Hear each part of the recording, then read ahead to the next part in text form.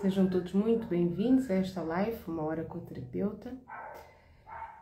Meu nome é Ariana Ortefi Relanson, sou fundadora da Prenangola e estou a lançar o livro Todos Precisamos de Cura, que vai ter o seu lançamento agora no dia 22 em Lisboa, na Feira de Lisboa, Feira do Livro. E depois no dia 28 no espaço Pétalas Cósmicas. Nós estamos num pré-lançamento com várias convidadas, todas elas mulheres que foram as primeiras pessoas a ler o livro Todos Precisamos de Cura. E nestas lives nós temos vindo a trocar as experiências individuais, como é que cada uma tem vivido esta experiência com os processos de cura. E hoje temos uma convidada muito especial, que é a Carla Vieira. Ela está em Portugal e eu vou enviá-la já o convite para ela poder entrar. Carla Vieira está aqui. E agora só falta ela aceitar o convite. Vamos entrando, sejam todos muito bem-vindos a esta live.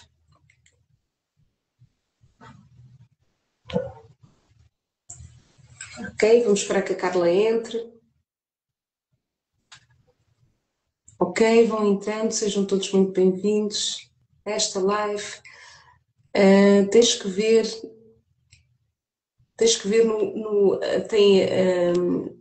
tem os bonequinhos das pessoas, tem duas pessoas e um mais, e tem uma que parece uma bateria, né? Mas é onde tem as duas pessoas e o mais, é que tu tens que carregar. Estás a ver? Olá! Olá!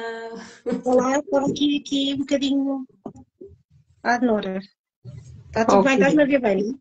Estou-te a ouvir otimamente. Como é que tu estás, Carla? Tudo bem. E tu estás linda como sempre. Obrigada. Olha, muito bem-vinda a esta uma hora com o terapeuta. Eu estive já a fazer uma introdução e a explicar às pessoas que no âmbito do pré-lançamento do meu livro Todos Precisamos de Cura, tenho vindo a realizar, desde a semana passada, uma série de lives com pessoas que eu tinha convidado a lerem o livro em primeira mão. E a Carla Vieira foi uma dessas pessoas. Desde já a minha gratidão é enorme, mas tu sabes disso. A gratidão foi minha. E para mim é uma honra ter-te aqui neste espaço da Prenangola, que é um espaço de partilha, é um espaço de aprendizado, é um espaço onde nós podemos ser quem nós realmente somos, porque é disso que se trata. Ok? Eu vou enviar aqui alguns aviõezinhos para convidar as pessoas para participarem nesta live. Deixa eu ver. Se puderes também enviar, é para ver se somos mais. Estou a enviar ao mesmo tempo. Uhum.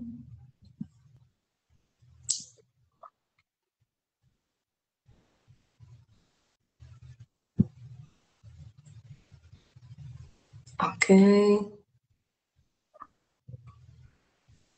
Pronto. Aqui umas pessoas muito queridas. Ok. Tá bem. Carla Vieira. Nós já nos conhecemos há quê? 30 anos? É para aí. 30 anos. Não é? Sim, É. 30 anos. 30 anos. 30 anos que nós já nos conhecemos. E então, uma opinião vindo de ti é sempre tão sincera, uma pessoa tão direta, tão sincera, tão mediadora em conflitos. Esta é a Carla Vieira. Olha, Carla, fala-nos um pouco de ti. Eu sei que também és coach, PNL, coach de inteligência emocional, não é isso? Sim, Fala um pouco. isto foi uma jornada que começou há sei lá, 5 anos atrás. Uhum. Para ser sincera, se eu puder falar de mim, sempre me considerei uma pessoa muito empática, Uhum. com muita facilidade de compreender o outro. Uhum. Então, acabei por, depois de muitos anos, mais centrada na família e em ajuda, sem qualquer benefício, achar que seria uma boa ideia trabalhar, porque eu acho que este processo de coaching começou em trabalhar em mim própria primeiro. Uhum. Eu acho que a maioria dos coachings começa com isto, com este autoconhecimento, Uhum. com esta procura pessoal, e depois ver os benefícios que isso trouxe à pessoa em si, e depois então parte pelo sentido de que, por que não ajudar outras pessoas com o mesmo tipo de trabalho, não é? É isso. É isso. Uhum. E Olha, sempre. sim, sim, fala, deixa. Não, estava a dizer que sempre foi um dos trabalhos, ou sempre tive uma grande proximidade com o voluntariado, com o serviço ao outro, com atividades organizacionais ligadas à paz, e então acho que tem tudo a ver com isto, com cura, com conhecimento, com autorreflexão, com autocrescimento, por isso acho que tem tudo a ver. Muito bem, muito bem. É isso. Olá, sejam todos bem-vindos. Olá, Isabel Costa, seja muito bem-vinda. É uma honra tê-la aqui. Tão bom. Olha, Carla, todos precisamos de cura, é verdade? Todos precisamos de cura, mesmo quando pensamos que não. Uhum. Olha, o que é para ti a cura? O que é para mim a cura? A cura é o conhecimento de nós próprios, na nossa essência. Uhum. É conseguirmos ser aquilo que supostamente no original toda a gente Uhum. deveria expressar, que era o amor, a empatia, Uhum. a consciência do outro, o dar o espaço e ter espaço. Ter liberdade de expressão, mas respeitando a liberdade de expressão do outro. Por isso, a cura é quando nós compreendemos que temos que passar por esta dor como uma limpeza, como uma lapidação do nosso ser espiritual, da nossa essência, da nossa alma e também do nosso corpo, porque também há uma cura do nosso corpo. Quando... Uhum. Por isso, eu acho que a cura acaba por ser este, esta terapia que todo o ser precisa Uhum. para refletir o potencial, que devia ser o potencial a 100%, que acho que nos falta, é ter Uhum. bases e fundamentos para nos expressarmos Olha, e tu sem. achas que nós podemos ter cura sem dor? Eu acho que a dor não é algo negativo, por isso eu acho que a dor traz-nos a percepção que temos que mudar algo, Uhum. que temos algo a aprender, e eu acho que a vida é uma aprendizagem, por isso, na minha percepção, eu acho que é impossível tu crescer sem dor. Uhum. Agora, depende é como é que tu vês essa dor e como expressas essa dor.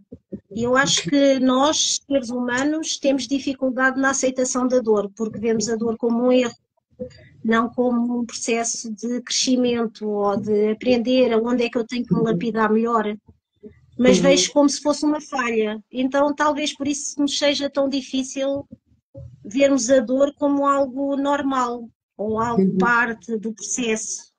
Uhum. Concordo também contigo. E o que eu vejo também é que muitas vezes, quando nós estamos a falar de dor, existe também um outro lado, é as pessoas não quererem, além de não quererem sentir a dor, é ignorarem a dor, ignorarem o sofrimento, fingirem que não está a doer.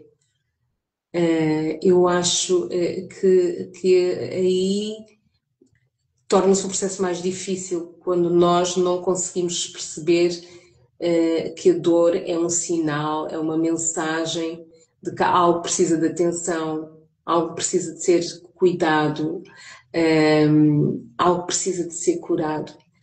E quando nós ignoramos essa dor, ela vai se arrastando, arrastando e tornando-se cada vez maior, maior, e ela vai se manifestar, acaba por se manifestar ou no físico, ou na mente, ou nas emoções, ou até mesmo espiritualmente.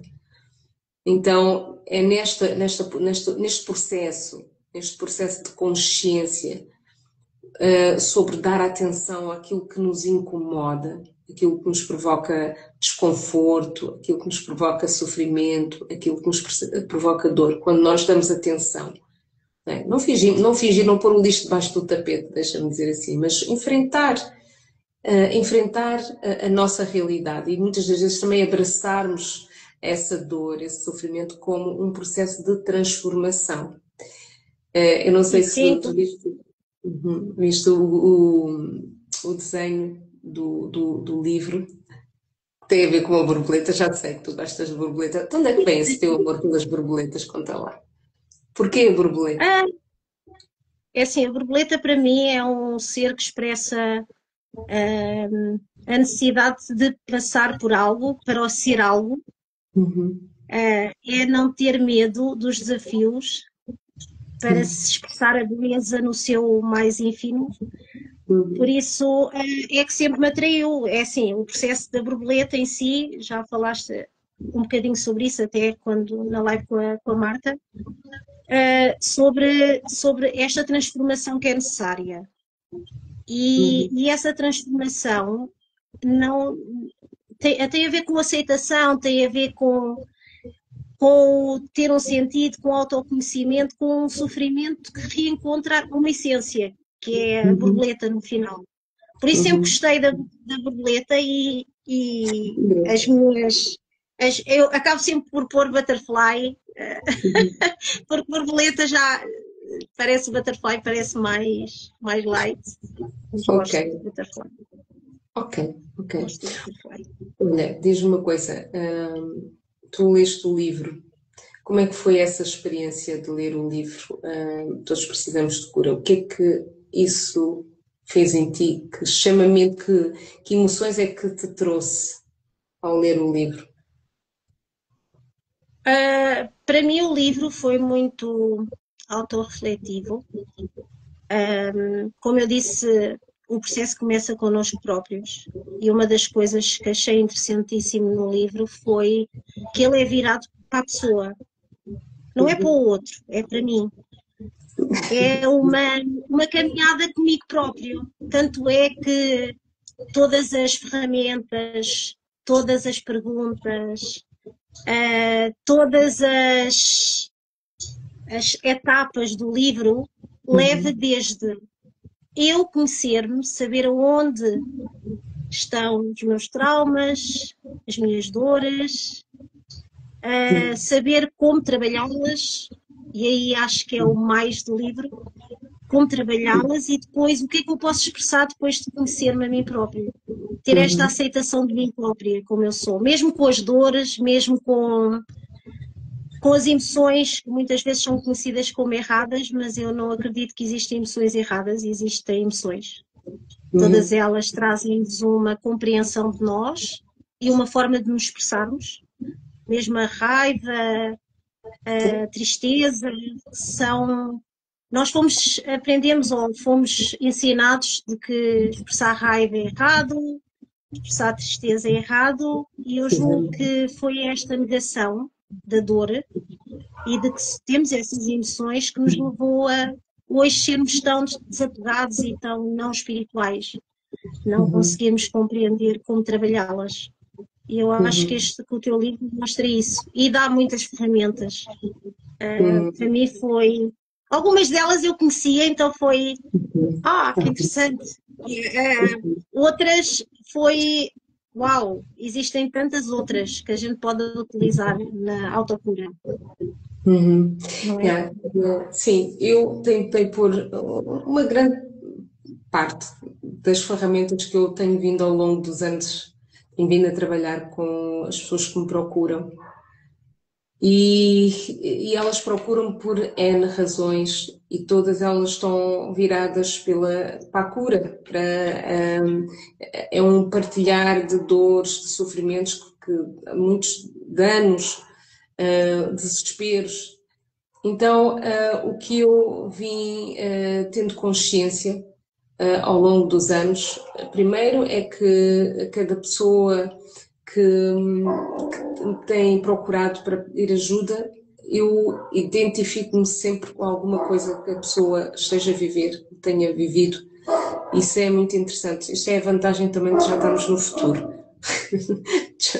Já temos assim muita bagagem, já ter vivido um pouco de tudo. Isso permite-nos ouvir de uma outra forma e acolher a dor do outro. Mas depois eu gosto de focar não na doença, mas na cura. Porque o escuro é a ausência de luz, deixa-me dizer assim. E quando nós trazemos luz às nossas sombras, elas desaparecem. E o que eu vejo é que quando as pessoas começam a ter consciência, quando estão na presença, e quando eu digo na presença, é aquele momento em que elas chegam à conclusão que as respostas não estão fora delas, que as respostas, no fundo, sempre tiveram dentro de si. Não é? E que muitas das vezes nós procuramos ajudas exteriores porque confiamos que o psiquiatra, o psicólogo, o médico, o terapeuta, o astrólogo, sei lá, têm essas respostas. E nos sentimos muito inseguros com as nossas próprias opiniões e não nos escutamos verdadeiramente. Portanto, estar na presença é quando nós paramos para nos escutar, para nos observar, para ouvirmos o que é que nós estamos a sentir, a vivenciar naquele momento, olhar para a nossa vida. E em todas as áreas, porque nós vemos que há uma grande negligência com o nosso corpo, com o nosso templo, com a nossa moradia, deixa-me dizer assim. E isto é um problema muito, tu vês muitas das vezes, por exemplo, e basta tu veres para fora, por exemplo, coisas exteriores como casas e carros, que são muito maltratados e enxovalhados, são só utilizados e depois, pronto, quando já não servem, quando estragaram, quando estão já a cair aos bocados, atira-se para lá. Precisamente. Mas o corpo é um mensageiro, porque quando nós não estamos bem, aquilo que nós sentimos aonde? No nosso corpo, algures no nosso corpo. E está cada vez mais a ciência prova isso, de que muitas patologias, muitas doenças, elas manifestam-se primeiro no fórum mental, no fórum emocional, não é? E depois chegam ao físico. E tu vês, por exemplo, casos de úlceras nervosas, stress, ansiedade, tem sempre do invisível para o visível. Desculpa? A depressão, mesmo a depressão é um expressar no corpo aquilo que nós temos na mente, não é? E isso acontece porque nós não estamos atentos ou atentas ao nosso corpo. Nós não paramos para ouvir aquilo que nos está a incomodar. E é engraçado, eu não sei se tens essa experiência, tu mesma, ou de pessoas com quem tens trabalhado, às vezes elas têm uma dor há tanto tempo, mas não pararam para analisar aquela dor, ou para ir ao médico, ou para perceberem, mas isto está-me a doer porquê? E vão andando, e anos, e anos, e anos, e anos, sem parar para observar qual é a razão daquela dor. E que começou em algum momento que elas nem sequer deram conta. Reconhece isso ou não? Conheço.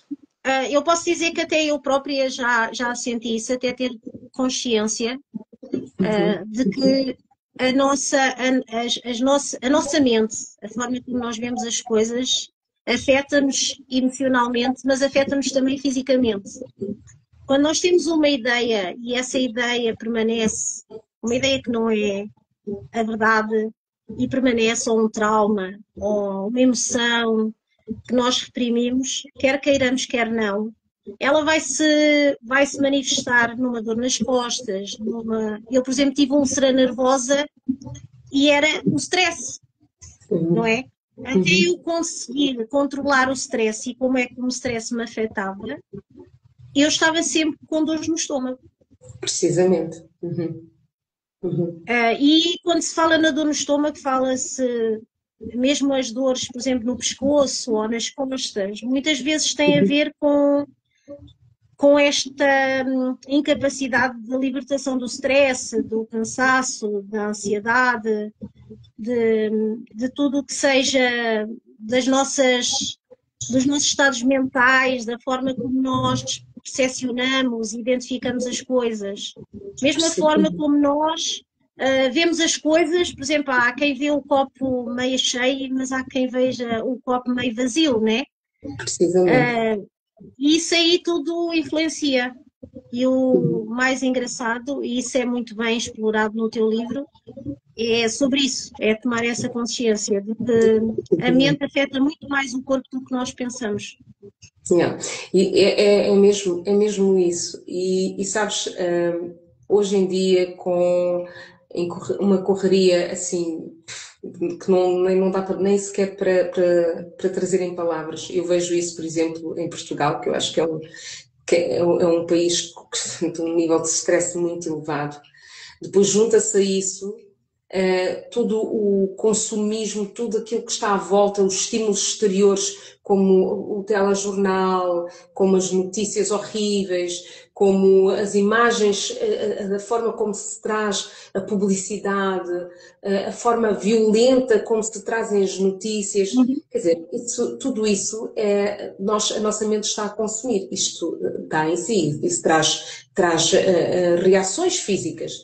E nós vemos que, por exemplo, muitas das vezes as pessoas estão com uma dor no pescoço que quase nem se conseguem mexer porque estão tensas, ok? E depois vão para a cama, não conseguem descansar, não conseguem ter um sono como deve ter, e no dia seguinte lá estão outra vez como umas formiguinhas, levar os filhos à escola, e trabalhar, correr, e no instantinho ao supermercado fazer compras, chegar, fazer e comer às 9 da noite, às vezes às 10, e depois, pronto, tem aquele bocadinho que é para ver notícias más da televisão e vão dormir carregadinhos de coisas negativas, etc. E depois, claro, o estado emocional, mental, tu vês as populações super envelhecidas que é um desgaste, nem é tanto porque lhes falta, por exemplo, um sítio para dormir ou lhes falta alimentação, mas é o ritmo com que vivem, é o tipo de ambiente com que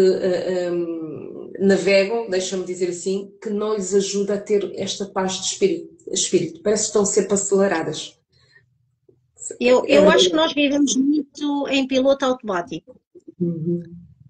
Se tu perguntares quantas são as pessoas que fazem no final do dia uma reflexão de como é que lhes correu o dia, de como é que se sentem, que tipo de emoções me marcaram, o que é que eu aprendi no dia, tu vais ver que o número é muito reduzido. Porque nós vivemos em piloto automático e a nossa vida é um ciclo de ações, mas sempre centradas no corpo, não em pôr um bocadinho aqui a tua mente, o teu espírito, a tua conexão contigo própria. E eu acho que é isso que falta nos dias de hoje. Porque a certa altura nós desconectámos e fizemos ou eu sou assim ou sou assim. Ok, mas eu vejo, Carla, eu acho que há uma necessidade de desacelerar. Nós estamos muito acelerados.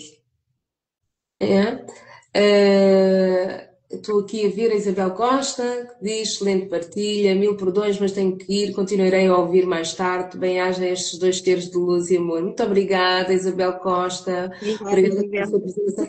A live vai estar no Instagram e no canal do YouTube da Pranangola. Depois nós vamos partilhar e vocês podem ver esta live, está bem? Um grande beijinho. Pronto, mas estava a dizer sobre o acelerar e o desacelerar. Tu vês que é preciso, de facto, nós pararmos para olharmos, para ouvirmos, para escutarmos, a escuta, não só escutar o outro, mas escutarmos a nós mesmos. Porque o que é que acontece? Hoje em dia nós não sequer conseguimos escutar o outro, porque nós estamos a ouvir, mas já estamos a pensar que resposta é que nós vamos dar, não é? Isto é um. Mas depois é só vermos que nós começamos desde manhã, de que nós acordamos. Se não começamos com as redes sociais, se formos tomar logo banho, etc. Muitas vezes nem sabemos como é que tomamos banho. Se lavamos os dentes ou não, porque já estamos a pensar o que é que vamos fazer, etc. 2001 e uma coisas. E eu peço muito isso aos meus clientes, para fazerem este tipo de exercício, mindfulness, que é estarem presentes naquilo que estão a fazer. Viver no momento, viver com autenticidade, viver a vida, não a vida nos viver, tem aquela música Deixa a Vida nos levar, mas nós levarmos a vida. O que é que tu achas que é preciso fazer para nós podermos desacelerar? Por exemplo, em Portugal, com o ritmo com que se corre de manhã até à noite, o que é que achas que os portugueses, não é? Os habitantes de Portugal, deixa-me dizer assim, porque há portugueses e não portugueses, o que é que os habitantes de Portugal poderão fazer para viverem uma vida mais tranquila, uma vida com melhor qualidade, uma vida de plenitude? Qual é a tua opinião sobre isso? Eu acho que eu estava a ouvir aqui a falar e estava aqui a pensar no PNL, não é? Que é mudarmos a nossa maneira de pensar, mudarmos esta ideia do que é mais importante para nós. Eu acho que nós primeiro temos que saber o que é mais importante. E eu acho que muitas das nossas prioridades estão trocadas. Nós damos muito mais prioridade a ter do que a ser. E então parte para aí a mudança. Nós hoje somos verificados com o que eu tenho e não o que eu sou. A maioria das pessoas não sabe quem é, mas sabe o que tem, né? Precisamente. Quer estudar para ter tal, mas nunca para ser. E eu acho que pensarmos, o que é que eu posso ser? O que é que eu sou? É um ponto muito importante. Acho que isso é um ponto que nós podemos fazer e depois termos estes pequeninos momentos, como tu dizes, para meditar, para se perguntar ao final do dia, tentares respirar fundo e tentares perguntar-te de todo o dia que eu fiz, o que é que eu ganhei? Ou o que é que eu levei ao outro? Se nós conseguirmos começar a ter uma consciência do outro, daquele que está à nossa volta e como é que impactamos o outro, eu acho que muda um bocadinho esta nossa percepção do ter e do ser, e a correria já não é tão grande, porque nós chegamos ao ponto de perceber assim, mas eu tenho tanto, ou às vezes não tenho nada. Porque às vezes a gente corre o dia todo e também não tem nada. Olha, deixa-me só te dizer, um dos exercícios que eu faço com os meus clientes, uma das perguntas, é perguntar se elas sabem quem são, não é? Sabem quem são, qual é o propósito de vida, qual é a missão da alma, mas depois pergunto-lhes também quem elas são sem os títulos académicos, sem o carro, sem a casa, sem o trabalho. Quem é que elas realmente são? E é surpreendente que muitas das pessoas param só naquele momento para se autoquestionarem. Quem eu sou? Mas quem eu sou? Eu sou fulano de tal. Sim, mas e se não tivesses um nome, como é que seria? Quem é que tu eras? Então, muitas das vezes eu quero só fazer com que eles entendam de que nós não somos nem os nossos pensamentos, nem as nossas emoções, não é? É que nós, acima de tudo, somos seres espirituais. Agora, esse reconhecimento do invisível é hoje em dia quase que chato, é muito lento, não é um speed. e deixa de ser deixa de ser interessante, deixa de ser... Eu acho que é frustrante, não é? Acaba por ser frustrante, porque é começa e voltar de novo, e as pessoas não gostam disso. Não é só isso, as pessoas já não conseguem estar em silêncio. Há pessoas, eu tenho pessoas que estão em terapia, não conseguem ficar sozinhas, têm um género de uma fobia e têm sempre uma necessidade de estar em situações onde existe sons, barulho, mas é mais barulho. E é uma das coisas que eu tenho vindo a discutir também com algumas pessoas relativamente à mesma oração. Hoje em dia, nem a orar as pessoas conseguem ficar em silêncio. Isto é discutível. Qual é a tua opinião sobre isso? Olha, a Isabel saiu, mas a Isabel tem uma frase que ela diz muitas vezes nos cursos que ela faz e que eu já assisti, que é o silêncio é importante para ouvirmos o que é que se tem a dizer, porque nós pedimos, né? Normalmente uma oração é um pedido, é um questionamento, é um desejo expresso, é um ser ouvido, mas depois não damos espaço para ouvirmos o que é que tem retorno, a resposta. Não paramos para ver o que Deus tem para dizer sobre o assunto. Não temos. Não queremos saber. Porque se calhar também não gostamos muito da resposta. Porque às vezes nós estamos à procura de uma resposta que ela está em nós. Às vezes o culpado não é o outro. Às vezes o que nos frustra não é o outro, somos nós próprios. É a nossa forma de compreender, a nossa forma de percepcionar, a nossa forma de aceitar as situações, porque algo que tu também disseste muito bem e é algo também que o coaching emocional trabalha, que é as pessoas não podem viver no passado em querer ser aquilo que foram ou aquilo que tiveram, nem viver no futuro a pensar se isto aqui vai no futuro, vou ter isto e aquilo. E nós vivemos muito ou no passado ou no futuro. Ou seja, nós não paramos para usufruir do presente de uma forma plena. E frustra-nos e deixa-nos doentes, porque nós não somos o que éramos, nem somos o que seremos. Por isso é um stress. Não, nós nem temos a certeza se seremos. Não temos a certeza de amor. A única coisa que nós temos, e como vários autores falam, é só temos agora, o presente. Então é o desfrutar de cada minuto, de cada segundo do presente. É isto que nos faz viver na autenticidade, é nós termos tempo para nós. Termos tempo para nos conhecermos, porque muitas vezes já passou tanto tempo e nós não tivemos tempo para parar para dizer o que é que eu gosto, o que é que eu não gosto.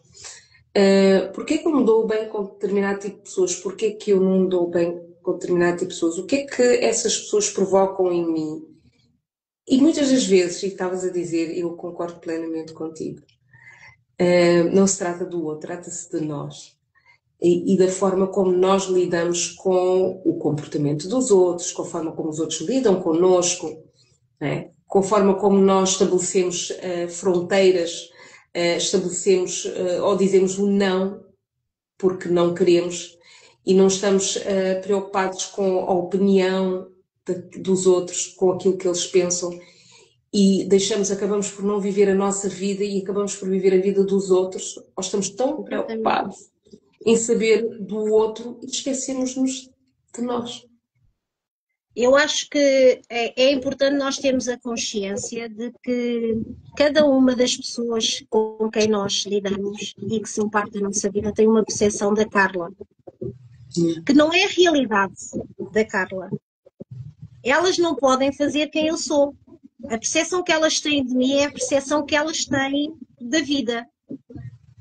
É a percepção que têm do conhecimento que adquiriram. Por isso, não é verdadeiro.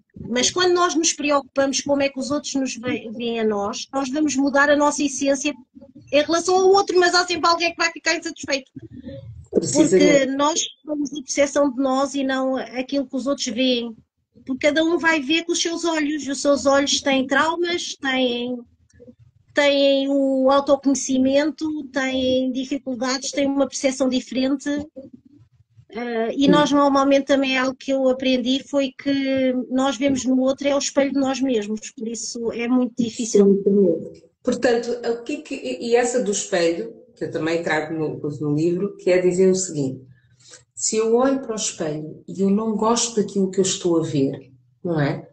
Imagina, tu estás à frente de um espelho, a vida é um espelho, tu olhas para o espelho e vês um determinado momento, preciso de fazer alguma coisa, ou o cabelo, ou a cara, ou seja o que for.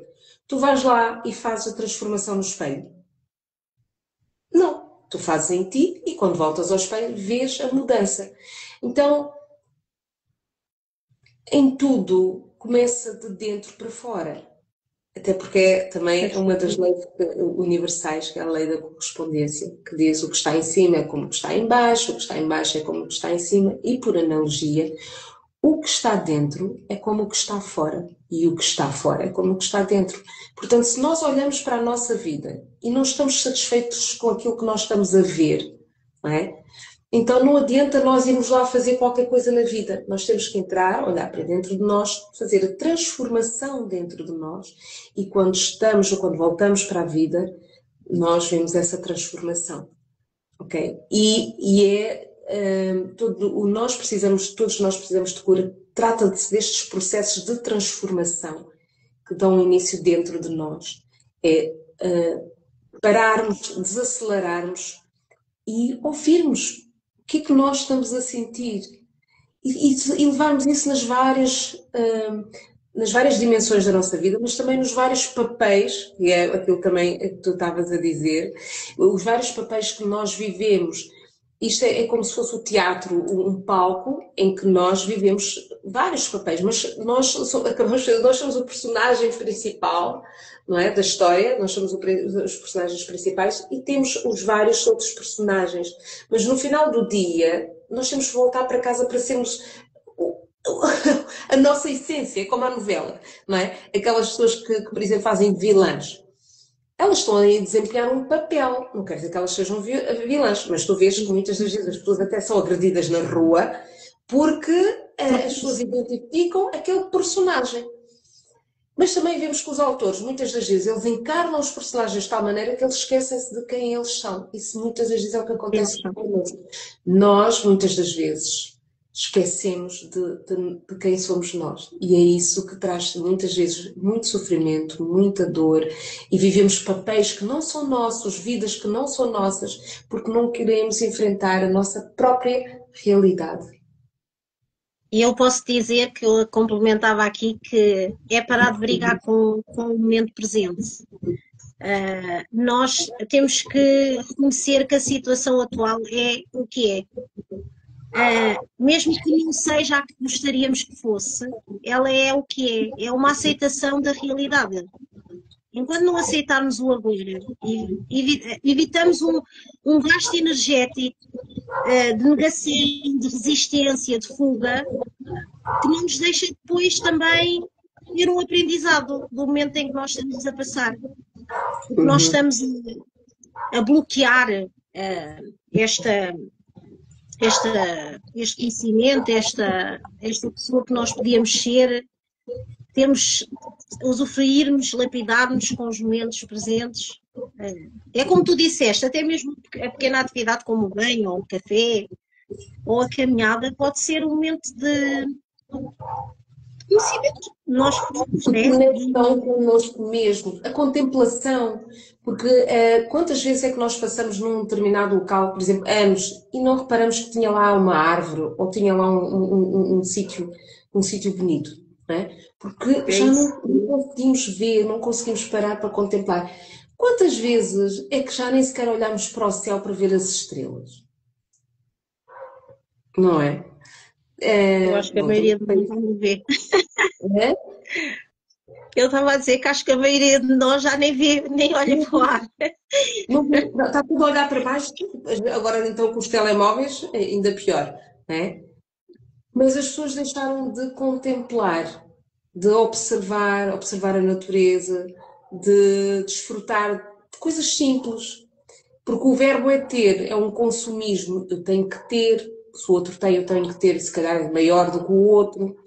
Não é? E depois, sabes, eu não sei se isso tem a ver também com a maturidade a idade, não é? Porque nos primeiros 50 anos nós estamos ali a correr, a correr, a correr. Depois na outra metade é que eu acho que começamos a olhar se calhar para dentro. Mas é uma pena, porque se nós se calhar fôssemos educados logo desde muito pequeninos a convivermos connosco próprios, e a ouvirmos e a ouvir a nossa intuição, que é uma ferramenta muito importante e válida, isso ajudaria-nos a fazer outro tipo de escolhas. A nossa vida, com certeza absoluta, seria diferente se os miúdos desde pequeninos, por exemplo, na escola, aprendessem uma série de valores, mas aprendessem a reconhecer, a expressarem as suas emoções, a chamar as emoções pelos nomes. Estás a ver? Que é uma grande dificuldade que eu vejo das pessoas dizerem aquilo que sentem, não conseguem explicar, definir, trazer em palavras as suas emoções. Eu penso que nós teríamos uma vida completamente diferente se começássemos desde muito cedo a ensinar as crianças não a terem e a estudarem, por exemplo, para serem fulano de tal ou isto, mas descobrirem qual é o talento de cada um. De cada um. Porquê que eu estou aqui? Porquê que eu nasci nesta família? Não é? O que é que eu vim cá fazer?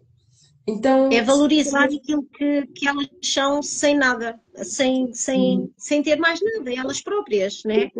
Eu depois tenho não que aqui dão dizer nada. que é muito difícil hoje em dia, porque tudo é trabalhado.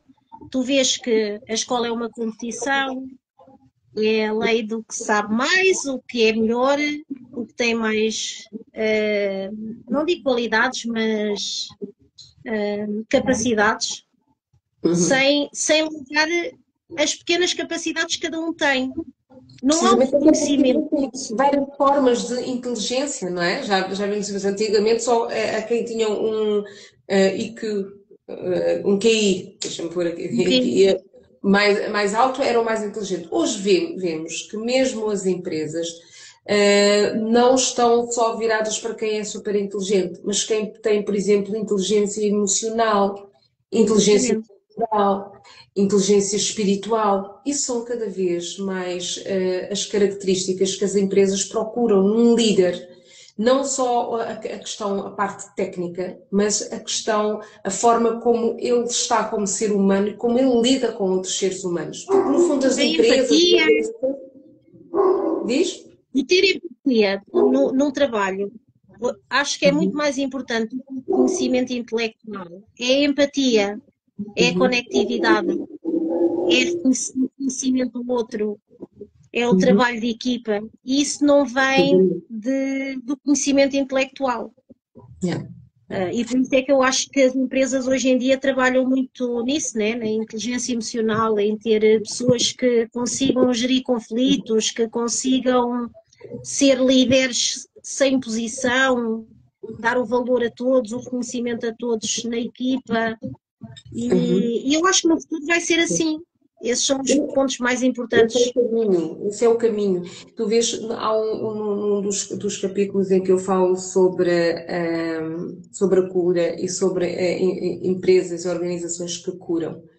E só aqui já assim em primeira mão, só para te dizer que eu até ao final do ano talvez venha o segundo livro precisamente para empresas e organizações direcionado, e esta questão do líder consciente, aquele líder que não sabe só as questões técnicas de gestão, por exemplo, mas que tem a capacidade de lidar com diversidade, tem a capacidade de lidar, tem a capacidade de se adaptar a novos ambientes e fazer com que a sua equipa se sinta equilibrada, porque as equipas também refletem o líder, o tipo de líder.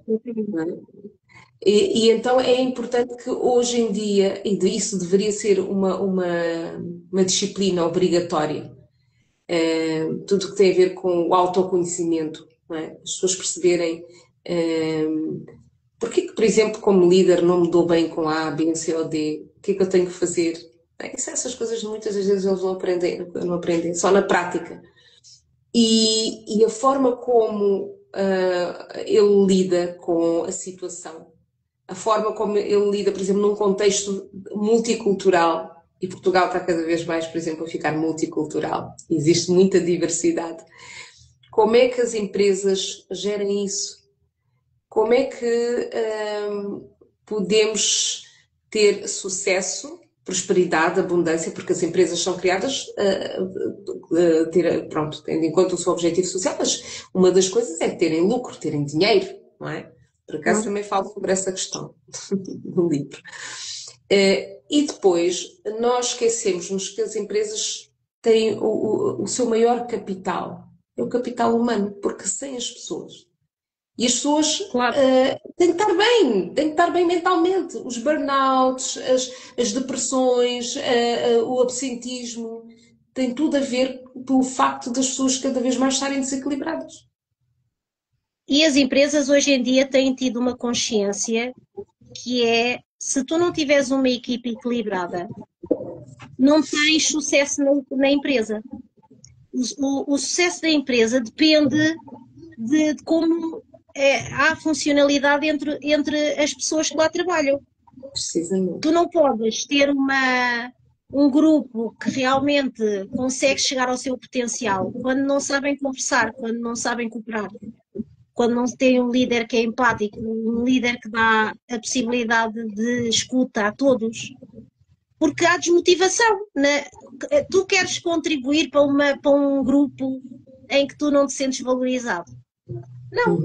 Não tens motivação para dar 1%, dás 50% ou dás 30% porque não queres ser despedido, mas não fazes mais do que isso. Precisamente. Sim, sim. Isso e várias outras questões que é necessário ter mesmo essa inteligência para lidar com a diversidade, acolher as pessoas, integrar as pessoas, porque ter uma empresa com uma equipa diversa, né? Culturalmente, a nível de conhecimentos, é uma mais-valia. Só que fazer a gestão disso não é assim tão fácil, porque muitas das vezes, aliás, nas formações académicas, não se focam, não estão muito para ali virados. E isso é uma pena, é uma grande pena. Olha, deixa eu ver, eu não sei se tem aqui pessoas que têm perguntas, eu vou ver aqui se tem aqui alguma pergunta. Mas se tiverem perguntas, quem tiver aí, por favor, podes fazer, que nós teremos muito gosto em responder. Temos ainda mais aproximadamente 15 minutos. Carla, do livro, o que é que te chamou mais a atenção de tudo aquilo que tu leste? Algum capítulo que tu tenhas dito, uau, ou não? O que é que te chamou mais a atenção? A mim, absolutamente, foi os capítulos da cura emocional, onde falas da cura, e da consciência. Foi absolutamente aquele. Eu voltei atrás para ler de novo, porque enquanto não compreendermos que existem limitações que têm a ver com os nossos traumas, que têm a ver com as percepções que muitas vezes não são nossas, são dos nossos antepassados. Nós não podemos negar que nós somos uma herança de alguém e que, quer queiramos, quer não, elas têm um impacto na nossa emoção, no nosso corpo, na nossa percepção, na nossa reação às coisas. Eu uma vez estava a falar com uma pessoa e eu perguntei em conversa, porque as coisas não estavam a correr muito bem, e a pessoa estava a expressar sobre a vida e eu estava a dizer: o que é que tu conheces da vida da tua mãe ou da tua avó e da tua bisavó? E a resposta foi: eu não preciso de saber o passado, não quero saber, o que interessa é focar-me no presente. E eu vi, aqui está logo, se nós não soubermos como é que foi, aquilo que foi, as coisas que afetaram, a percepção que tiveram, até muitas vezes é um ciclo. São dores que se passam, nós temos um DNA e quer queiramos, quer não, as coisas ficam no nosso DNA.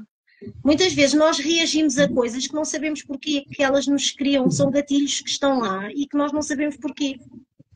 Nós às vezes olhamos para uma pessoa e não vamos com essa pessoa e não temos razão por aqui. Mas também não nos perguntamos porquê. O que é que ela me está a fazer sentir? O que é que vem dela que me cria tanto desconforto? Então, foi um dos capítulos que eu gostei imenso, foi realmente este despertar da consciência, porque sabemos quem somos, sabemos qual é o nosso papel, como é que o nosso impacto tem no outro, porque eu acho que também perdemos com o avançar do conhecimento e das eras esta preocupação em saber como é que nós impactamos nos outros e o impacto que temos nos outros. Nós não somos seres individuais e mesmo a nossa energia impacta no teu campo energético. Quer eu queira, quer não.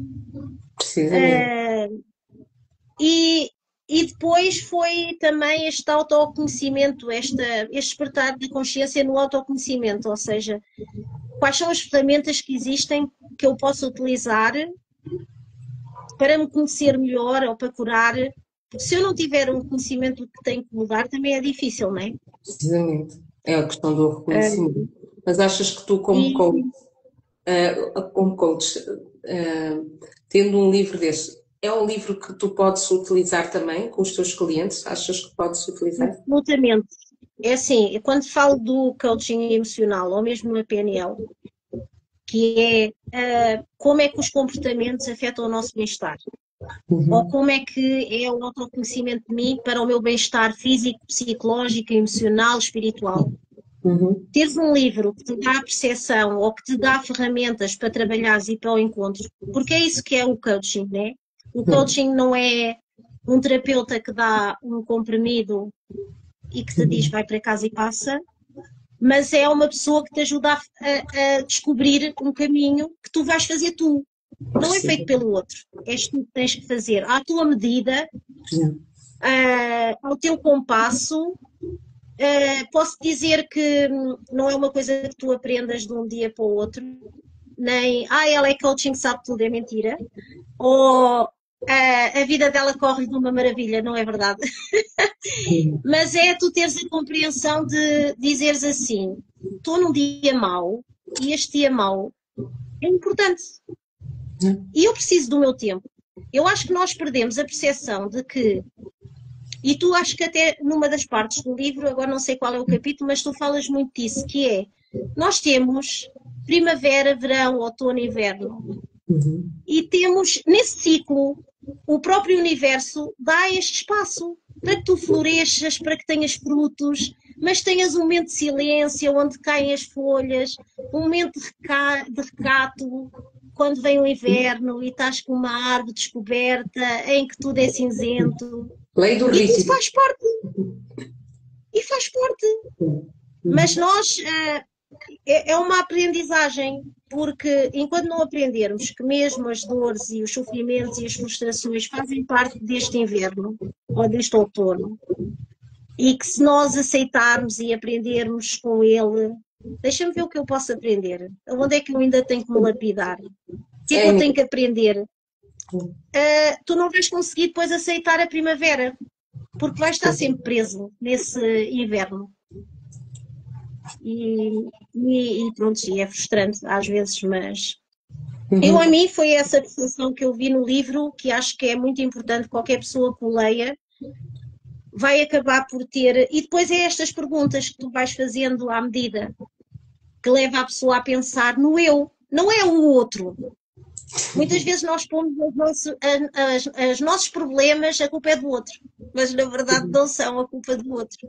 Sabes porque é um convite a nós podermos assumir a nossa responsabilidade, porque nós somos autores, coautores, co-criadores da nossa realidade. Absolutamente. E se nós achamos que a culpa é do outro, se nós achamos que as coisas não estão a correr bem por causa do outro, quer dizer, nós damos todo o nosso poder, toda a responsabilidade da nossa vida, nós pomos na mão dos outros. ok? A Exatamente. pergunta é, como é que eu saio deste vitimismo? Porque muitas vezes acaba por ser, eu acho que eu sou uma vítima do sistema, vítima do governo, vítima do país, vítima da economia, vítima. Vítima da família. Hum? Todo mundo, até vítima na família. Até sou, a família. família que eu tenho, o ambiente que eu tenho, os filhos que eu tenho, Precisamente. a vida minha que eu mãe, tenho, assim como eles é que são os culpados de eu ser assim, porque não me deram atenção, porque me maltrataram, eu fui vítima de maus tratos, etc. Quer dizer, se eu continuo sempre neste vitimismo, no registro de que a vida foi injusta comigo e eu não assumo a responsabilidade de dizer um basta, e assumir a responsabilidade do meu próprio processo de cura, ok? Eu estou condenado a ser uma pessoa, um ser vivente que, pronto, à espera que a morte venha, deixa-me dizer assim. Eu não acabo por não ser feliz. Eu acho que o outro é que é a solução dos meus problemas. E o outro nunca vai ser a solução dos meus problemas. E depois é assim, nós temos uma coisa, estamos sempre à procura de um salvador. Ok? Uhum. E depois, ou estamos à procura de um Salvador, ou nós próprios temos o síndrome do Salvador, que eu costumo dizer. Nós estamos sempre, não estamos preocupados com a nossa vida, estamos sempre preocupados com a vida dos outros e querer salvar os outros. E achamos que, de alguma forma, nós temos esse direito de dar palpite, de dar opinião, de criticar, de ter julgamentos. Fazemos muitos julgamentos. E temos Uhum. sempre uma percepção de que temos, de que sabemos que a nossa verdade é a verdade absoluta e que muitas vezes as pessoas deveriam acatar aquilo, as nossas opiniões, isso mesmo nas amizades. Eu já disse mesmo uma vez, mas não ouves, não é? Eu queria que o outro faça aquilo que nós achamos que é bom. Mas no final do dia, o outro vai para a sua casa e eu vou para a minha casa. E o outro está lá com a sua dor, não é? Com os seus problemas, e eu não estou lá. Então, nós percebemos que cada um tem o seu próprio processo e o processo do despertar da consciência, que é aquilo que eu também digo no livro, é tipo, nós estamos a dormir e depois de um momento para o outro abrimos os olhos. Abrimos os olhos e às vezes olhamos para a nossa realidade e não gostamos daquilo que nós vemos, da nossa realidade. Mas depois, quando nós falamos da expansão da consciência, nós, a partir do momento em que nós olhamos para dentro, despertamos e começamos a ver a nossa vida, a nossa realidade, tal e qual como ela é, a nossa verdade, sem ilusão, sem máscaras. Quando chegamos a esse ponto da presença, é que começa, então, o processo de autoconhecimento, do reconhecimento das nossas sombras, não é? De nós percebermos que temos defeitos, que o problema se calhar não está no outro, mas nas escolhas que eu faço, nas decisões que eu tomo todos os dias, que influenciam, não é? As escolhas que eu faço influenciam o resultado, os resultados que eu colho na minha vida. Então, se calhar, eu tenho que eu tenho que me rever os meus conceitos, as minhas crenças, as coisas que eu acredito como verdades absolutas e que influenciam a minha vida para o positivo ou para o negativo. Ou negativo. Precisamente. É isso mesmo. Então o livro Todos Precisamos de Cura é disso que se trata, de facto. E tu achas que, por exemplo, em Portugal vai estar aí nas maiores livrarias, já a partir do dia... E na Feira do Livro, não pode Na Feira do esquecer. Livro, sim, na Feira do Livro dia 22, mas depois vai estar na Bertrand, como é que se chama? Sim, Na FNAC? na FNAC, e vai estar em outras plataformas. Portanto, as pessoas podem procurar, ele tem, se virem no Instagram, vem o livro, no nosso website www.pranangola.com também está lá. E eu espero sinceramente que este livro seja um guia holístico para quem não está muito virado por estas coisas das terapias e que acha que isto é muito místico, ou seja o que for. A ideia é desmistificar e perceber os aspectos científicos e perceber a nossa verdadeira natureza e pararmos, desacelerarmos. Portanto, é um convite. Este livro é um convite a todas aquelas pessoas que já estão cansadas de viver a vida desta forma, de uma determinada maneira, mas que também não sabem o que fazer para desconstruir as suas ideias, para mudarem de vida, para realizarem aquilo que sempre quiseram realizar, mas que estão ali a fazer aquilo que não querem fazer, que não gostam de fazer, mas porque acreditam que essa é a única forma de poderem viver e sobreviver e terem meios financeiros para poderem ter uma vida digna e plena. Não é verdade. E não tem a ver com a idade também, porque a qualquer momento da nossa vida nós podemos começar. Eu acho que também o teu livro não é só para as pessoas, digamos, comuns, mas é também um manual e uma ferramenta muito útil para os profissionais e para os terapeutas, porque nós vemos que enquanto não dermos a atenção ao nosso espírito, porque a maioria dos profissionais de saúde trabalham muito com o corpo, mas trabalham com a reação, não com a manifestação do. Então, o que acontece? Tu és medicado para a reação de algo. Nunca vai ser um ciclo que não termina. Por isso também é uma chamada de consciência para se trabalhar em conjunto. Não é deixar de se tomar medicação, porque quando é uma reação do corpo é necessário trabalhar no corpo, mas é tentar ir à raiz, tentar ver como é que eu posso trabalhar com este indivíduo, com esta pessoa, com este paciente, para que ele saia deste ciclo. Precisamente, de uma forma integrativa. Por isso é que é eu tenho pessoas que eu conheço que dizem assim: eu tomo medicamentos para a depressão, depois sinto-me bem e paro, e depois volto de novo. Porquê? Porque o remédio só está a aliviar o sintoma. E não está a origem do problema. Precisamente. Exatamente. Olha, Carla, já estamos aqui a falar há uma hora, sabes? Olha, eu estou muito nervosa, mas correu muito bem, obrigada pelo convite. Oh, não, está tudo bem. É sempre um prazer falar contigo, uma mulher sábia. É uma alma velha, como se costuma dizer.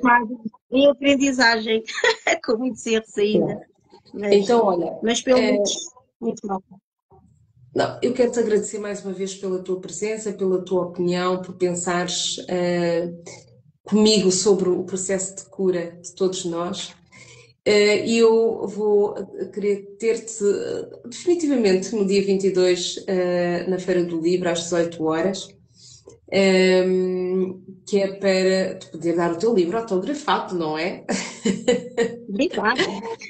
Não. Então, eu quero convidar a todas as pessoas, dependendo do país onde estão, se forem em Portugal já sabem que podem adquirir o livro nas livrarias mais conhecidas da praça, como se costuma dizer, mas se tiverem, por exemplo, na Holanda, ou se estiverem aqui em Angola, ou se estiverem no Brasil, podem acessar o nosso website www.pranaangola.com e podem reservar o vosso livro, porque o engraçado é que está a haver assim um fluxo de reservas muito interessante. Eu espero que as pessoas sinceramente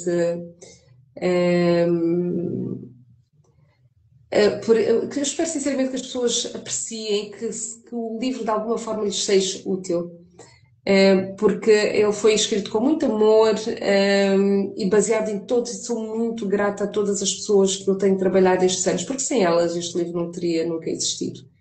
É um espelho de uma vida de tantas pessoas que eu tive o privilégio, que confiaram em mim os seus segredos, as suas dores, os seus sofrimentos, e que também eu tive a oportunidade de ver os seus sucessos, os seus processos de cura, e isso é muito gratificante como terapeuta, como life coach.